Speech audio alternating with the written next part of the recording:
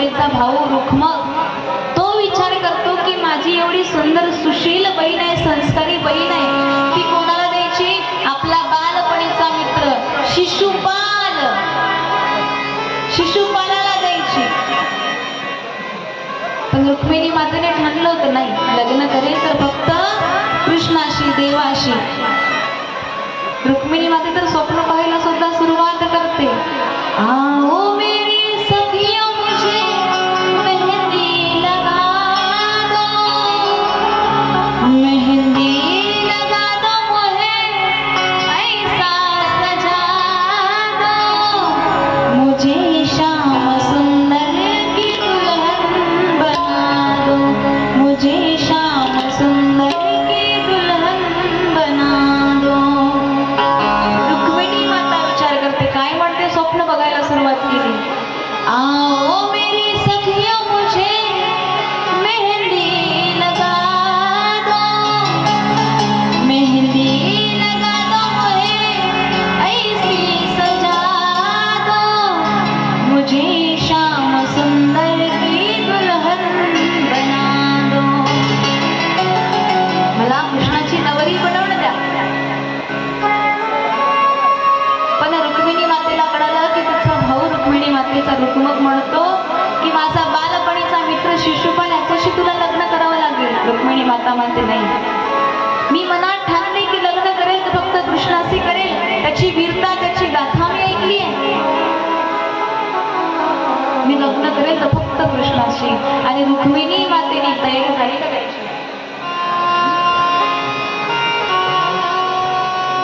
आणि रुक्मिणी मातेने भगवंताला पत्र लिहिला. भगवंताला पत्र लिहिला. पत्रामध्ये भगवंताची स्तुती केली. पत्रामध्ये भगवंताची स्तुती केली. भगवंताला पत्र लिहिलंय आणि सांगितलं, देवा मी लग्न करेल तर फक्त तुमच्याशी, तुमच्या व्यतिरिक्त मी कुठल्याही पुरुषाशी लग्न करणार नाही. ऐका, मी तुमच्याकडे येताना मी काही धन सोनं नाणं घेऊन येणार नाही, पण माझं जे पुण्य आहे ते मी फक्त तुमच्या घरी घेऊन येणार आहे. एका मुलीने कुठलं पुण्य कमवायचं? लक्ष द्या. ऐका ताई मंडळी, कुठला उपवास नाही केला तरी चालेल, पण एकादशी सारखा उपवास करावा, सोमवारचा उपवास करावा. मग कोणताच उपवास नाही केला तरी चालते. गुरुवार बुधवार नाही केला तरी चालेल, पण एकादशीने सोमवार करायचा. नित्य नियमाने तुळशीला पाणी घालायचं. हा प्रत्येक पोरीने केलेला उपवास आहे. प्रत्येक पोरीने हे नियम पाळले पाहिजे. प्रत्येक पोरीने फक्त 20,000चा मोबाईल घेऊन गावात फिरणं म्हणजे पोरगी नाही. स्वतःचं रक्षणही करता आलं पाहिजे. स्वतःचा निर्णय स्वतः घेताही आला पाहिजे. सत्कर्म कशी करावी याचीही ज्ञान पाहिजे. बघा पोरींनो, नाही तर काही काही पोरी असतात ना, 12वीचा पेपर द्यायला गेले की डायरेक्ट रिझल्ट घेऊनच घरी येतात. असे नाहीत ना तुम्ही. चांगली कर्म करा जेणेकरून तुमच्या आई वडिलांचं नाव मोठं होईल. जो बाप जगाला उडून सांगतो माझी लेक लाखात एक आहे रे, माझी चिमणी लाखात एक आहे, पण तीच चिमणी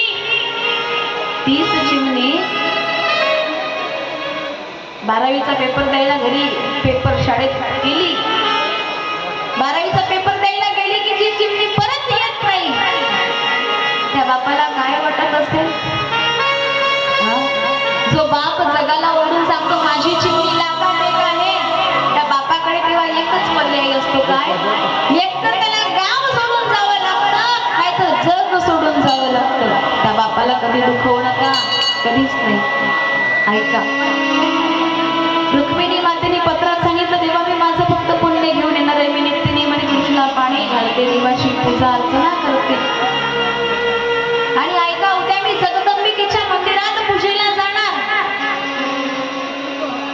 तिथे तुम्ही या आणि मला घेऊन जा, कारण मी तुमच्याशिवाय कुठल्याच परपुरुषाशी लग्न करणार नाही. आणि दुसऱ्या दिवशी रुक्मिणी माता सकाळच्या प्रहारामध्ये आपल्या सखी सोबत जगदंबिकेच्या मंदिरात जातात. झाकी पाठवा.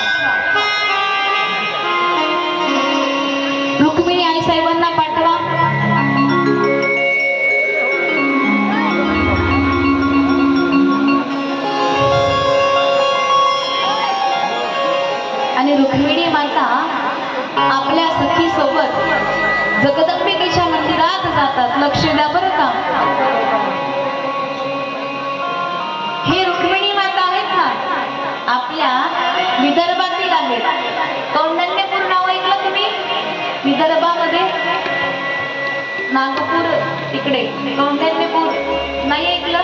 विदर्भात येतो. रुक्मिणी आईसाहेब आपल्या विदर्भातील आहेत.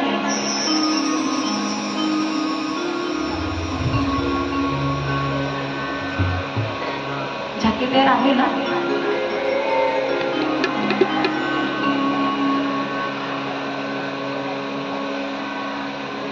तयारी झाली असेल तर लवकर या. सर्वांना आतुरता लागली. पाहुणे येऊन बसले आहेत आता मंडपामध्ये.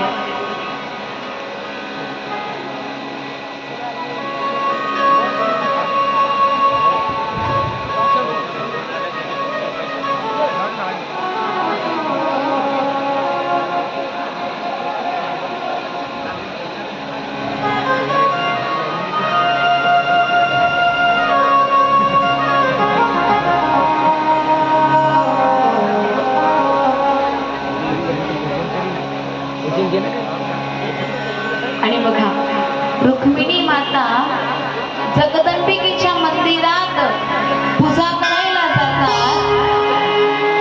आपल्या सख्यांसोबत.